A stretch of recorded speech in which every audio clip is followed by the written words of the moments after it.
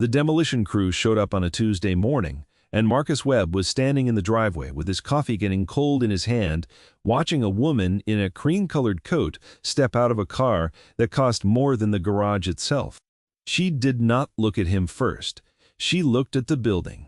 Her name was Vivian Ashcroft, and she had inherited a fortune from a man she had barely spoken to in the last decade of his life. And this cracked slab of concrete and rusted steel, siding on a dead-end road outside of Millbrook, was the last loose thread of that inheritance. Her lawyer had told her it was worthless. A tax liability. A place that existed on paper more than in any practical sense. She had come to watch it get sold for scrap value, sign the papers, and leave. If you have ever been underestimated by someone who never bothered to look closely enough to see what you were actually worth, stay with this one until the end, because what happened in that driveway would take 8 months to finish unfolding, and none of it would go the way Vivian Ashcroft expected. Marcus was 41 years old, and he had a 9-year-old daughter named Ellie waiting for him in the truck, doing homework on a clipboard because the truck was quieter than their apartment above the hardware store where they lived. He had $500 in an envelope in his jacket pocket. It was almost all the money he had. He was not there because he saw an opportunity. He was there because he needed a place to work, and this was the cheapest structure within 40 miles that had 4 walls and a roof that mostly kept the rain out. Vivian's assistant, a nervous young man named Priya, who was actually a woman handling the paperwork, read the terms aloud in a flat, bored voice. As is. No warranty, no inspection contingency. The buyer accepts all existing conditions, known and unknown. Marcus listened without interrupting. When she finished, he asked only one question. Is there anything in the walls I should know about? Vivian almost laughed. She said the walls were 50 years old and full of nothing but dust and dead wasps, and that her father had let the place rot for the last 15 years of his life like it embarrassed him, and that she had no idea why he'd even kept it. She said this with the particular carelessness of someone discussing a stranger's leftovers. Marcus signed the paper. He did not smile when he did it. He simply folded the receipt, put it in his jacket next to where the envelope of cash had been, and walked back to the truck where his daughter was waiting. Vivian watched him go and felt nothing about it at all.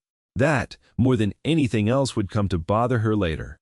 3 weeks earlier than that morning, Marcus had been let go from the last steady job he'd had, a mechanic's position at a regional dealership that folded when the parent company decided the location wasn't profitable enough to keep open. He'd been there 6 years. He was good at the work, methodical in a way that made other mechanics roll their eyes at how long he took on a diagnosis. But customers asked for him by name because when Marcus said a car was fixed, it stayed fixed. He'd raised Ellie alone since she was 4 after her mother left for reasons that Marcus never discussed with anyone, including Ellie, who had stopped asking a long time ago and seemed, if anything, more settled for the quiet that followed. He kept a small apartment clean in a way that had nothing to do with impressing anyone. He kept his tools in an order that made sense only to him and never needed explaining twice. He was not an ambitious man in any sense that showed up on a resume. He simply did the next necessary thing, correctly, without complaint. When the dealership closed, he needed a place to set up independent work, engine diagnostics and repair, the kind of specialized mechanical trade that didn't require a storefront so much as space and tools and quiet. He found the listing for the Ashcroft garage almost by accident, a legal notice buried in the county paper about an estate liquidation. He drove out to see it before the sale. It looked like nothing. A single-story cinderblock structure with a collapsed section of roof on the north side, sitting on 2 acres of scrub grass at the dead end of a county road that seemed to go nowhere. But he noticed something. The county appraiser apparently had not bothered to notice, or had not cared enough to mention. The road wasn't quite a dead end anymore. There were survey stakes at the tree line, pink flags on thin wire poles, spaced with the particular regularity that Marcus recognized from his years of driving past state contracting projects. He didn't say anything about it at the sale. He wasn't a man who volunteered information that wasn't asked for. And besides, he wasn't entirely sure what it meant yet. He only knew it was worth $500 to find out.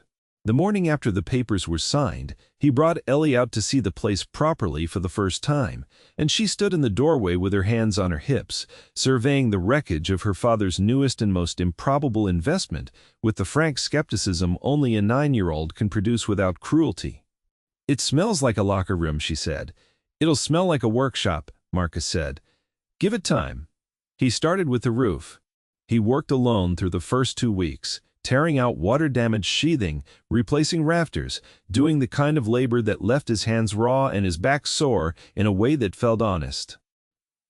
He did not hire anyone because he could not afford to, and because there was a kind of clarity in doing it himself, board by board, that suited him. It was on the 9th day, tearing into a section of interior wall near the old workbench that had buckled from decades of moisture, that he found the blueprints. They were rolled inside a length of PVC pipe that had been capped on both ends and set into the wall cavity behind a stud, wrapped first in wax paper and then in a heavy canvas cloth that had kept out most of the damp. Marcus almost missed it. He was pulling nails from a stud when the pipe rolled free and hit the concrete floor with a sound different enough from a piece of lumber that he stopped and picked it up. He did not open it right away. He set it on the workbench and finished the section of wall he was working on, because that was the kind of man he was, and because caution was simply a habit with him by then, one built over years of learning that nothing important was ever improved by rushing at it. That night, after Ellie was asleep in the back of the truck cab under a blanket, parked outside the garage, because the drive back to the apartment was 40 minutes and he wanted to keep working, Marcus opened the pipe under a shop light and unrolled the paper inside. It took him a long moment to understand what he was looking at. The drawings were done in pencil and ink, precise in the particular way of a draftsman who had trained before computer modeling existed, full of small annotated calculations in the margins and a tight slanted handwriting. It was an engine design, an internal combustion configuration, unlike anything Marcus had seen in 20 years of working on engines professionally. The valve timing geometry was unconventional. The cylinder arrangement solved a thermal efficiency problem that, as far as Marcus knew, the industry was still throwing enormous research budgets at trying to solve by other, cruder means. At the bottom corner of the largest sheet, in the same tight handwriting, there was a name, Walter Ashcroft, and a date, 31 years earlier. Marcus sat with that for a long time, in the quiet of the garage, the shop light humming faintly overhead, his daughter asleep 40 feet away in the truck.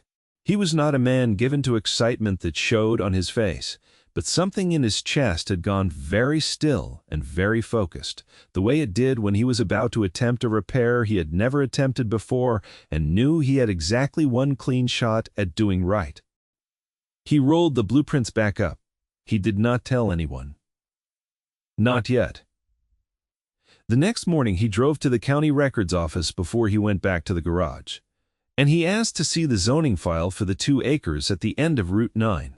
The clerk, a heavy-set man named Foster, who had clearly not had an interesting question asked of him in months, pulled the file without much curiosity and slid it across the counter. The parcel had been rezoned 18 months earlier, quietly, as part of a larger transportation corridor plan tied to a new interstate interchange project that wouldn't break ground for another 2 years, but was already fully approved and funded at the state level. The old Ashcroft land sat almost exactly where the northbound off-ramp would connect to the frontage road. Marcus read the file twice. Then he asked Foster to make him a copy, paid the $4 in fees, folded the pages into his jacket, and drove back to the garage without saying a word about it to anyone, including, for the time being, himself. He had bought 2 acres of what everyone believed was worthless land for $500. It sat on a future interchange corridor, and hidden in its walls was an engine design that, if the calculations in the margins were even half right, solved a problem worth more money than Marcus could comfortably estimate. He did not celebrate. That was not in his nature. Instead, he did what he always did. When he found something important, he verified it, slowly, from every angle he could manage, before he let himself believe it. He spent the next several weeks living 2 lives that ran parallel to each other, the visible one and the quiet one underneath it. In the visible life, he rebuilt the garage. He replaced the roof fully, poured new concrete over the cracked sections of the floor, ran new electrical service out from the pole at the road, insulated the walls he'd opened up, and slowly turned a condemned cinder block shed into something that looked, from the outside, like an actual working shop. He took on small mechanical jobs from around the county to keep money coming in while he worked. Engine repairs, transmission rebuilds, the occasional restoration project for a farmer's old truck. Word moved the way it does in small towns. Slowly, and then all at once. And within 2 months he had more work than he could comfortably manage alone. In the quiet life, he took the blueprints to a man named Elias Grant, a retired mechanical engineer who had spent 30 years at a major automotive research lab before retiring to a house 40 minutes outside Millbrook to fish and, as he put it, forget everything he used to know on purpose. Marcus had met Elias years earlier through a mutual customer, and the two men had the kind of respect for each other that came from recognizing competence in someone else without needing to say so out loud. Elias looked at the blueprints in his kitchen for 11 straight minutes without speaking. Marcus waited. He did not fill the silence, because he understood that Elias was doing the same thing he had done in the garage that first night, checking his own excitement against the discipline of actually understanding what he was looking at. "This is thermal efficiency work," Elias finally said. "This valve geometry, nobody's manufacturing this. I've seen 3 research papers in the last decade circle around this exact problem, and none of them landed on this solution." "Could it be built?" Marcus asked. "It could be built 40 years ago," Elias said. "The materials science just wasn't there yet to make it durable at scale. It is now." Marcus asked him to help verify the calculations properly, all of them, line by line, because he did not intend to move forward on anything he did not fully understand and could not fully defend. Elias agreed, partly out of curiosity, and partly, he admitted later, because it was the first time in 6 years of retirement that anyone had brought him a problem worth solving. It took them 5 weeks of evenings and weekends working at Marcus's kitchen table after Ellie went to bed to confirm that the design was sound. Elias, who still had contacts in the industry, made some quiet, careful inquiries framed as academic curiosity and confirmed that no patent existed anywhere on record for this configuration. Walter Ashcroft had built something extraordinary and had, for reasons neither man could yet explain, simply never filed for it.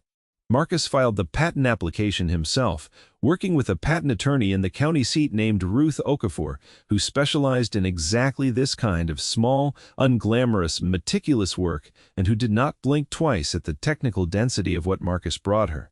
The application listed Marcus Webb as the inventor of record, based on his development and verification of the design, but Marcus insisted, over Ruth's mild professional objection, that the documentation include a full historical note crediting Walter Ashcroft's original drawings as the foundation of the work.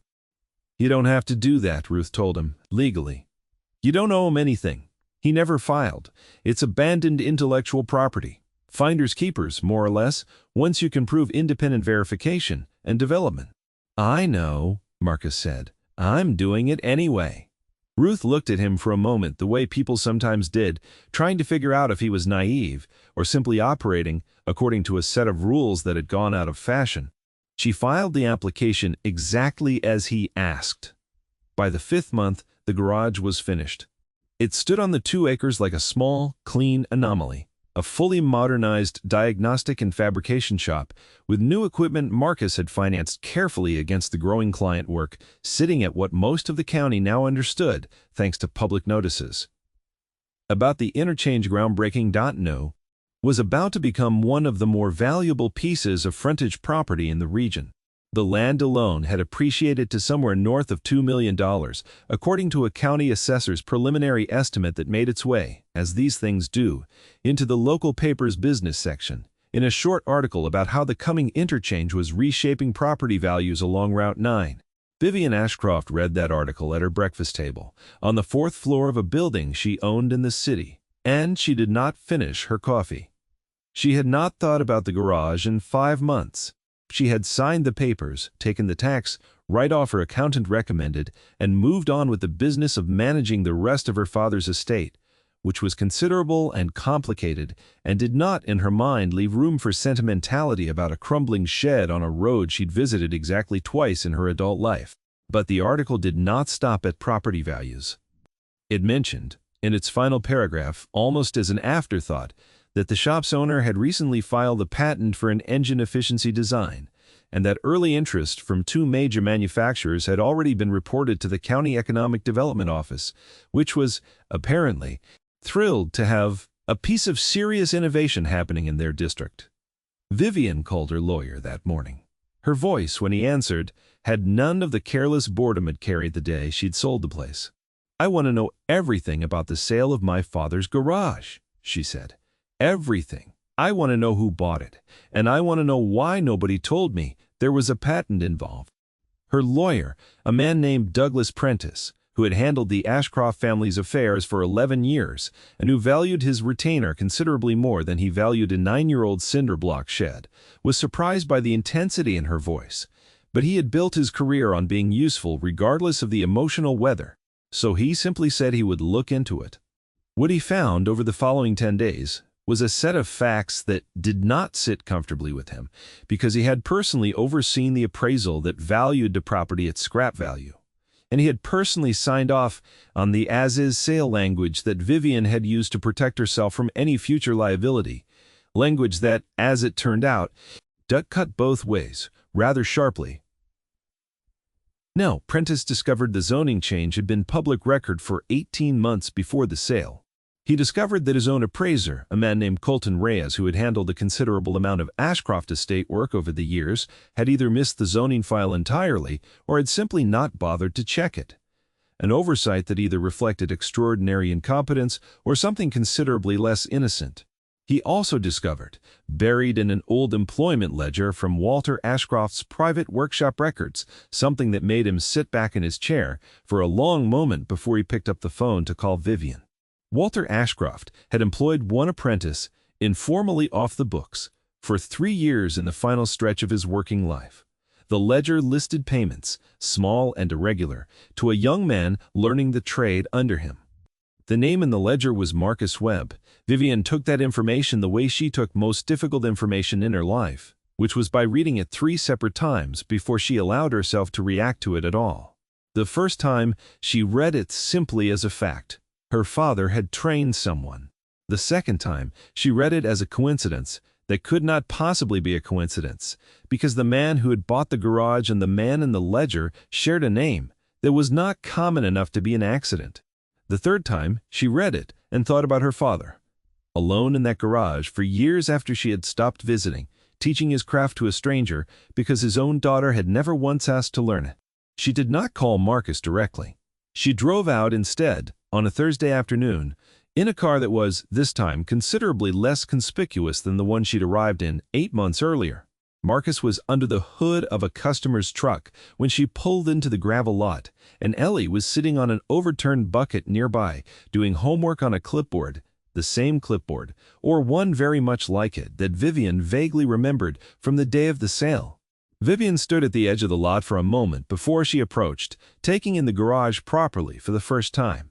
The new roofline, the fresh concrete apron in front of the bay doors, the hand-lettered sign that read Webb Diagnostics in simple black paint, no logo, no flourish, just a name and a phone number. Marcus straightened up when he saw her and wiped his hands on a rag hanging from his belt. He did not look surprised. "Miss Ashcroft," he said. "You knew my father," Vivian said. It was not a question. "I did," Marcus said.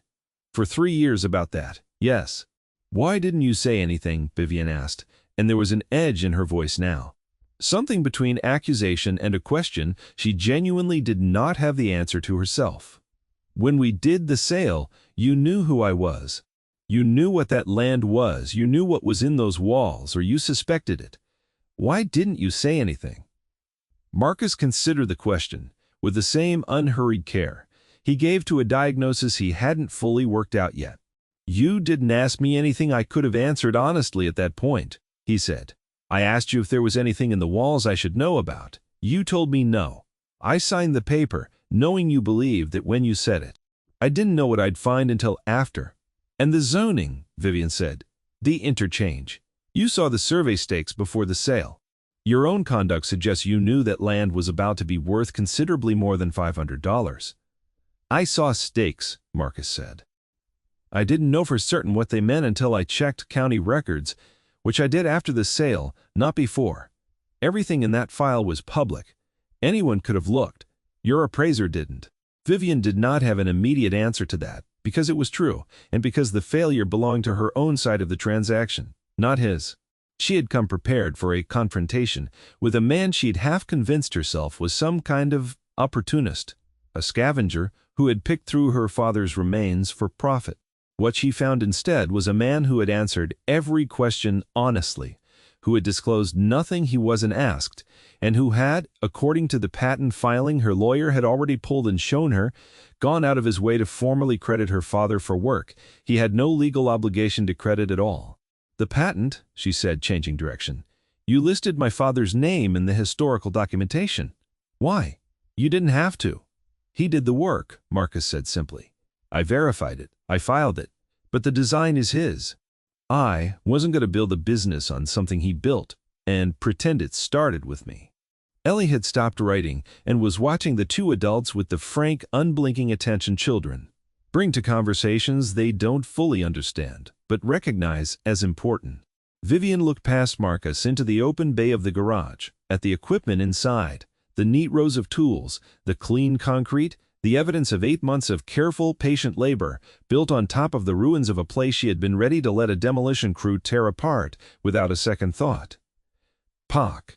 He never told me he had an apprentice, Vivian said, and her voice had lost most of its edge now, settling into something quieter. He never told me much of anything the last years. We didn't talk. I told myself that was his choice, that he'd pulled away from the family after my mother died, that it wasn't anything I did.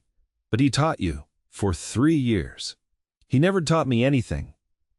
You never asked, Marcus said. And it wasn't cruel the way he said it. It was simply factual, delivered the same way he delivered every other piece of information he'd given her that afternoon. I didn't either, the first year. I just showed up because I needed the work and he let me stay, because I didn't quit when things got difficult. That's most of what it was. Vivian was quiet for a long moment. What do you want? She finally asked. Legally, the sale stands. My lawyers already confirmed that. The zoning was public record. The disclosure language protected you. Not me. I could make noise about it, but I'd lose, and I know it. So I'm asking you plainly, what do you want out of this? Marcus set the rag down on the truck's fender and looked at her directly for the first time in the conversation. I don't want anything from you, he said. I bought a garage for $500 because I needed a place to work. What I found in the walls I earned by opening them up and doing something with what was inside. I'm not giving the land back, and I'm not giving up the patent. But I'll tell you what I do want if you're asking. I'm asking, Vivian said. Your father kept a workbook, Marcus said. Personal notes separate from the shop ledgers. I found part of it when I was clearing out the old storage shelf, water damaged, most of it unreadable.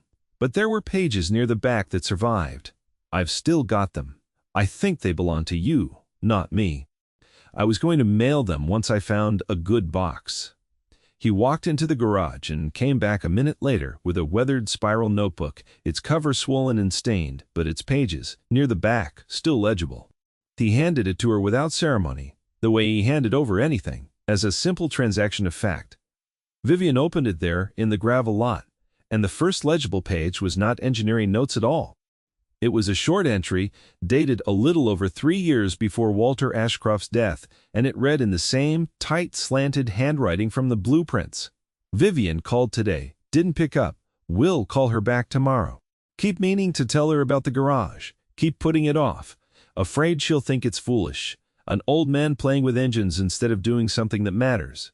Maybe I'll show her when it's finished. Vivian read the entry 3 times before she closed the notebook. She did not cry in front of him. She was not, by nature or by upbringing, a woman who did that easily in front of people she barely knew. But something in her posture changed, some tension she had been carrying since the article at breakfast 11 days earlier, finally settling into something quieter and sadder, and considerably less angry than what she'd arrived with. He was proud of it, she said mostly to herself. He was, Marcus said. He talked about you more than you'd think. He just didn't know how to close the distance. I think he thought there'd be time. Vivian left that afternoon without asking for anything else. She did not demand the land back because there was, in the end, nothing dishonest in how it had been acquired, and some part of her recognized that the man standing in that gravel lot had handled every part of this with a scrupulousness her own side of the transaction had entirely failed to match. But the story did not end quietly, because 2 weeks later, Colton Reyes, the appraiser who had valued the garage at scrap value, made a decision that turned a quiet, resolved situation back into a live one. Reyes had, in fact, seen the zoning file before the original sale. He had simply chosen not to disclose it because a regional development firm called Halbrook Partners had quietly offered him a finder's fee to keep the valuation low, intending to swoop in after the estate sale and acquire the parcel themselves once Vivian had unloaded it for nothing. The plan had only failed because Marcus, a stranger with no connections to anyone involved, had shown up to the estate sale first and bought it outright before Halbrook's own representative arrived to make an offer 20 minutes later. When the story of the patent and the rising land value hit the local paper, Halbrook Partners grew nervous that their arrangement with Reyes might surface anyway, and their regional director, a sharp-cornered executive named Preston Iverson, made the mistake of trying to control the situation by pressuring Reyes to fabricate a story that Marcus had somehow known about the zoning change before the sale and had colluded with Vivian's estate representatives to defraud her of the property's true value. It was a clumsy, desperate accusation built on nothing, and it might have gone nowhere at all if Iverson hadn't decided to bring it directly to Vivian herself, hoping to convince her to sue Marcus for fraud, with Halbrook conveniently positioned to assist her in acquiring the land back at a fraction of its now considerable value. Once litigation made Marcus's ownership legally uncertain enough to scare him into a settlement, Iverson requested a meeting with Vivian at her office, and he brought Reyes along, presumably to lend credibility to a story that had none. "Miss Ashcroft," Iverson began, settling into the leather chair across from her desk with the particular confidence of a man who had rehearsed his opening line in the elevator on the way up, "I want to be direct with you because I think you've been taken advantage of, and I don't think you fully understand the scope of it yet." Vivian said nothing. She had learned over the preceding 2 weeks the considerable value of letting other people talk themselves into a corner. "Mr. Reyes here has information suggesting the buyer of your father's property, a Marcus Webb, had prior knowledge of the interchange zoning before your estate sale went through," Iverson continued. "That would constitute a material non-disclosure amounting to fraud. Given the current appraised value of the parcel, we're talking about damages well into 8 figures. Halbrook would be prepared to underwrite the litigation entirely, in exchange for a modest participation in the settlement, and we could have the land back in your family's control, or sold at true market value within the year." Vivian let the silence sit for 11 full seconds before she spoke. "Mr. Reyes," she said, turning to him directly, "did you review the zoning file for that parcel before you completed your appraisal 8 months ago?" Reyes hesitated. It was a small hesitation, but it was enough. "I don't recall the specifics of every file," he said carefully. "That's interesting," Vivian said, "because I have a copy of your appraisal report right here, and under the section for zoning verification, your own signature confirms that a review was conducted and no pending reclassifications were found. The zoning change was recorded 18 months prior to your review. It was public record. Either you failed to check it, which is professional negligence, or you checked it and chose not to disclose it, which is something considerably worse." She turned back to Iverson. "I've already spoken with my lawyer about this meeting before you arrived," she said, which was true. Prentice had briefed her thoroughly the day before, once he'd uncovered the finder's fee arrangement buried in Halbrook's own internal correspondence that a former Halbrook employee, uncomfortable with the scheme, had quietly forwarded to Prentice out of what she described only as professional conscience. "I know about the arrangement between your firm and Mr. Reyes. I know about the finder's fee. I know your firm intended to acquire that parcel through my estate at scrap value before Marcus Webb outbid your representative by 20 minutes at an estate sale you didn't even bother to attend yourselves." Iverson's confident posture did not collapse all at once. It went instead, the way a structure goes when its load-bearing calculations turn out to have been wrong from the start. A long beat of stillness, followed by a sudden and total failure. "I think there's been some confusion," he began. "There hasn't," Vivian said. "I'd like you both to leave. And I'd like you to understand that if either of you contacts Marcus Webb, his daughter, or anyone connected to that property again, I will forward everything I have.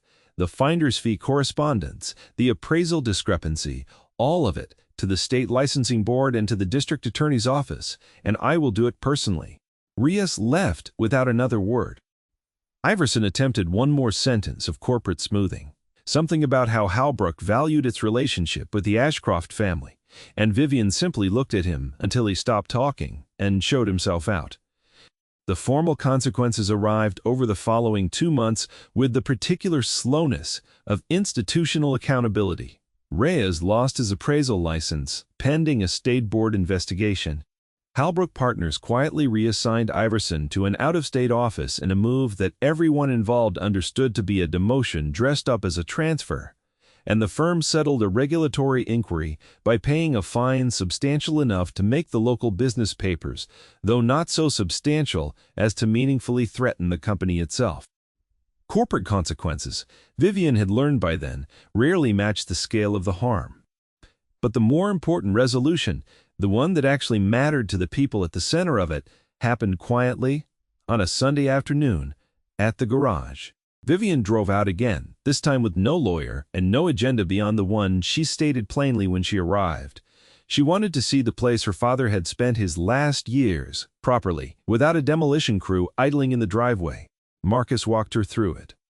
He showed her the section of wall where he'd found the blueprints, now patched and painted but marked, at his own insistence, with a small brass plate that read simply, "Original design work by Walter Ashcroft, 1993.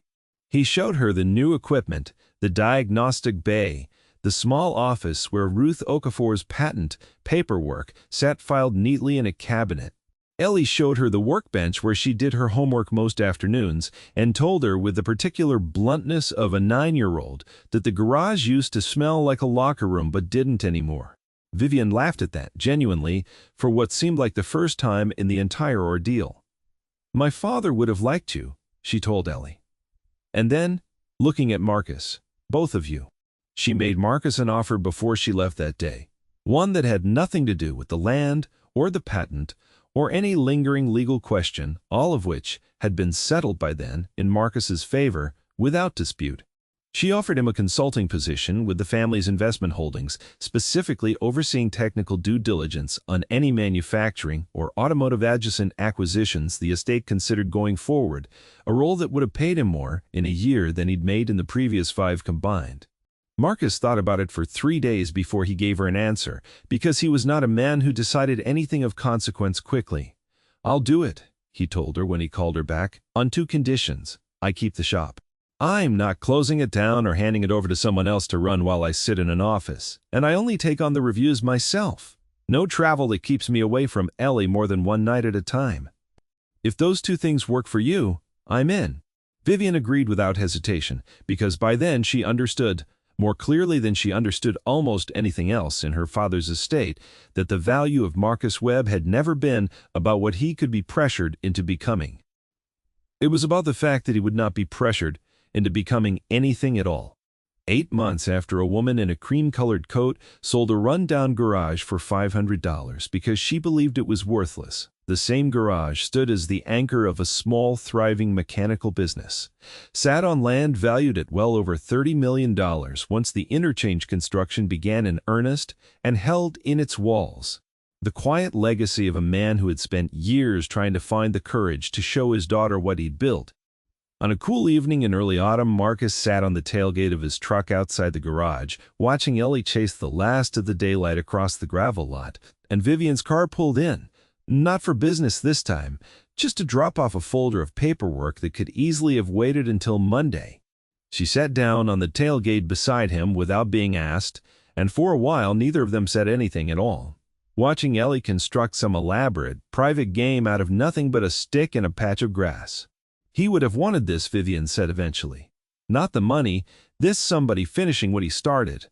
Marcus didn't answer. Right away, he never did. He built something worth finishing, he finally said. That's more than most people manage. Vivian nodded, and they sat there together as the light went gold, and then gray. Two people who had started as strangers over a $500 transaction, and ended up somehow as the closest thing to family that either of them had left standing.